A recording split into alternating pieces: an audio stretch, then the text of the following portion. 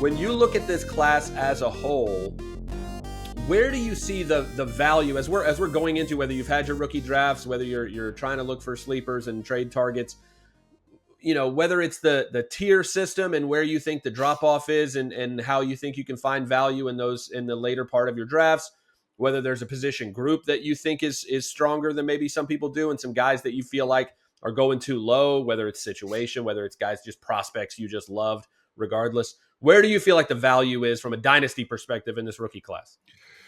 Running back for sure. Right. The stacked running back class. And I think you can get some gems later on from a dynasty perspective, guys that are in really good long-term situations, and maybe like the regular fan or the, more sort of surface level casual fan is not going to see.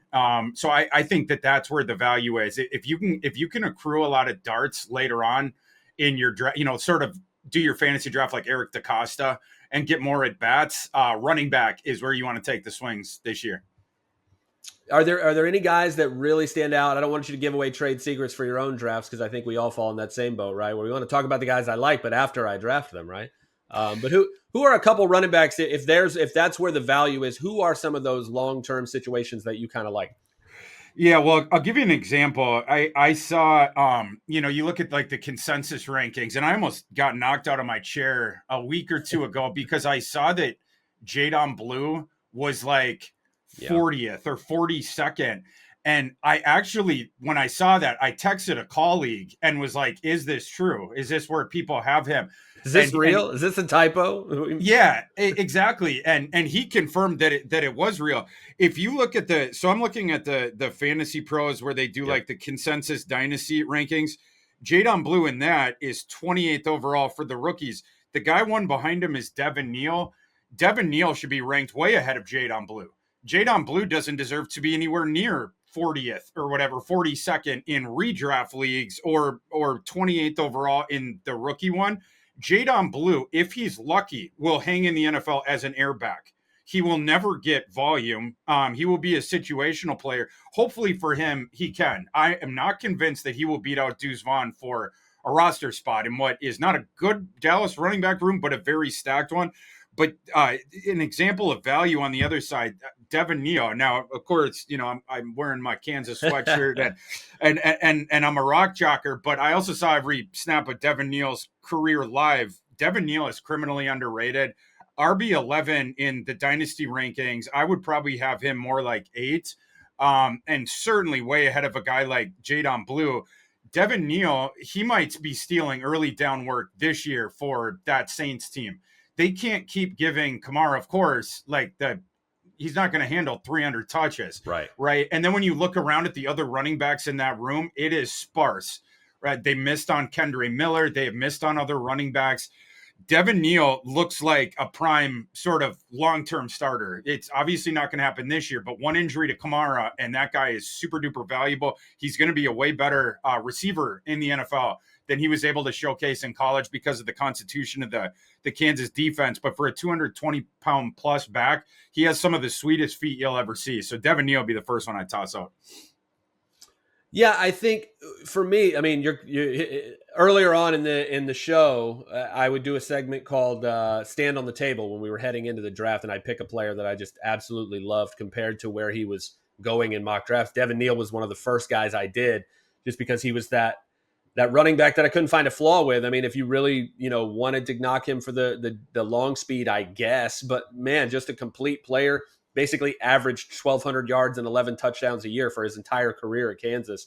And then the draft kept pissing me off because I'm a Bucks guy, right? So like all of my players that were like on the board too long kept going to, Xavier Watts goes to the Falcons, Quincy Riley and then Devin Neal go to the Saints, which just continue to make me angry. So from a Bucks fan perspective, I'm hopeful that he's not as good as I think he is. But Devin Neal, I'm totally with you, man. What a fantastic value pick for the Saints, just in general, getting him in the late rounds.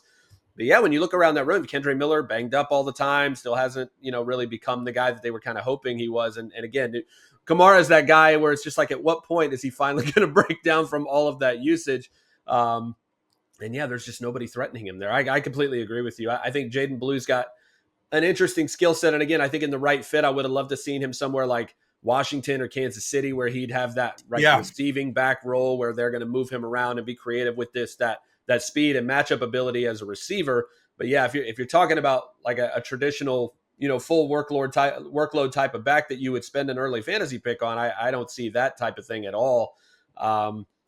One thing that intrigues me about this group, this rookie group, is the quarterback class is obviously Cam Ward at the top and then kind of everybody else. I know we had, Jackson Dart sneak into the first round there, but I feel like when you look at his situation that he's in, it's a much longer term play with some questions about whether or not the coaching staff is even going to be there for the long term and how that affects his development. When you have kind of a top heavy quarterback class, not in terms of the overall talent that we saw, the year before, and this big gap between 6 guys in the top 12 and then nobody until the 5th round. With this class, it feels like Cam Ward at number 1, and then everybody else is kind of can make a case for that number 2 spot. Does a situation like that make a quarterback like Cam Ward more valuable as a dynasty asset? I mean, obviously Superflex is a different ball game, but does a weak quarterback class, I guess, in the rest of the group make it more imperative that you should go for a guy like Cam Ward, or is this type of class where you just punt on it altogether? Perceptually, yeah. And in your draft room, probably, yeah. But I would go the opposite way with it. If you're in a super flex league and, Cam Ward is in super flex, he's going right away, right? Probably not before Genty, but maybe second or third. But he's got to be second, I would assume. But if I was in a position to draft Cam Ward there, I would mortgage that pick. I wouldn't take Cam Ward. I'm not crazy confident about that situation he's going into. I think there's going to be struggles initially. I'm not the crazy, bullish long-term either. The rushing utility, okay, but you're not going to derive a bunch of fantasy value out of that. I agree with you from a perception standpoint. I would mortgage that pick. And then with the darts that you get, the extra ones, again, the running back position. And then later on, that's where I'd want to throw my quarterback darts. If you're in a deeper super flex league, Jalen Milroe in particular. Yeah. If Jalen Milroe happens to hit, you have a guy that can be a cornerstone of your super flex team for 6, 7, 8 years. And if he doesn't, who cares? Who cares? Yeah. I mean, this is a guy who's ranked. Let's see where he is in this. I'm sure the Seahawks feel the same way, by the way. Like, that's why he was that pick for them, right? If it doesn't work out, who cares? It's a late 3rd round pick. But if he does, he's the star of this entire draft class, maybe, right? That's what it is. That transaction essentially was you trade Geno Smith for Sam Darnold and Jalen Milroe. Essentially, I'm sort of smushing things together. At the end of the day, the reality is that's how it came together, whether they were directly connected or not, right? Yeah. So you get that. Plus you opened up, what was it, $10 million, $12 million per year AAV in salary cap space. Right. I don't care how much you like Geno Smith. That's a no-brainer all day long. And if Milroe doesn't pan out, at the very least, they've already talked about how they're going to use him situationally, like short yardage, wildcat, like right out the gate. So Milroe at least is going to have some utility, and everyone around him always loves him. So he's going to be able to hang just because of that. But if he hits as a quarterback again, just the bonanza thing, and if he doesn't, you can move on with your fantasy team pretty quick. But yeah, he's these consensus rankings. He's 26th. If you get to around the 22nd, 23rd pick in your thing, maybe pull the trigger around there on him. I would hop the line for Milroe just because of the ceiling. Again, if it doesn't work out, you can get rid of him.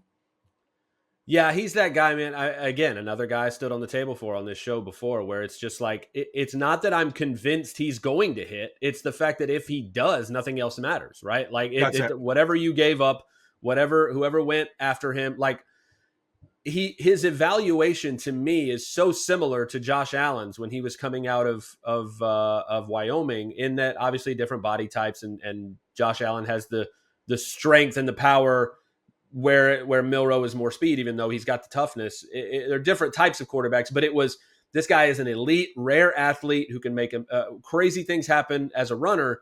He's got a cannon for an arm. It's not about arm strength. It's about arm talent, right? He's got to figure out how to use it. Josh Allen, it was the exact same evaluation. It took a top 10 pick to get Josh Allen, but now that he's hit, we can see what happens with it. Why can't Jalen Milroe have that same track? And not only that, he's in a perfect scenario in Seattle where you've got Sam Darnold in for at least the next 2 years, where all the guaranteed money is. Yeah. There's no rush whatsoever to get him on the football field. It's all about development. It's all about getting him up to speed and getting him to the point where he's more comfortable as a pocket passer and seeing the field better and those sorts of things. You got a defensive head coach who's at 1 year in Mike McDonald, so you're not necessarily worried about stability or anything. If anything, he'll handle that part of the roster, give you a strong defense always on the field, which always helps a young quarterback. And so I feel like it's just a seamless potential transition as he develops from, okay, now Sam Darnold slowly moves out of that. If we don't want to re-sign him and we think Milroe's ready, he jumps right in. I feel like it's a perfect scenario for him. And man, again, if he does hit whatever you paid for him from a dynasty perspective, whether it's that draft pick or whether you traded for him because things laid low while he was developing, the ceiling and the potential payoff for a guy like that, both for the Seahawks and for your dynasty team, I feel like is through the roof.